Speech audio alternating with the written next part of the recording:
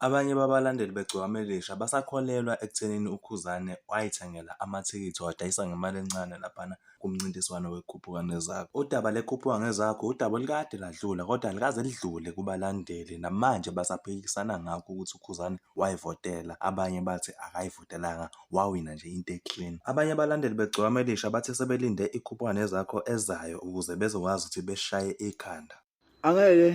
Angeke size siqinisekise ukuthi ngampela abalandeli nabavotile ngoba livelile ifayeli lokuthi iqhatho lathenga amathikithi liyawadayisa ngemali encane, ladayisela abantu ngemali encane, of which into emsebenzelile yena ukuthi awine, but some other point ayimkhombisa amandla akhe ukuthi yena unamandla angakanani. Angeke size siconfirm indaba yabalandeli, into esingeke size siyiconfirm ke leyo, into esingeke size siyiconfirm le yabalandeli, into esingeke size siyiconfirm. Ungazami, ngeke size siconfirm ngoba uma kuwukuthi akaprove ukuthi amathikithi akayithengelanga, angeke size siconfirm, angeke size siconfirm.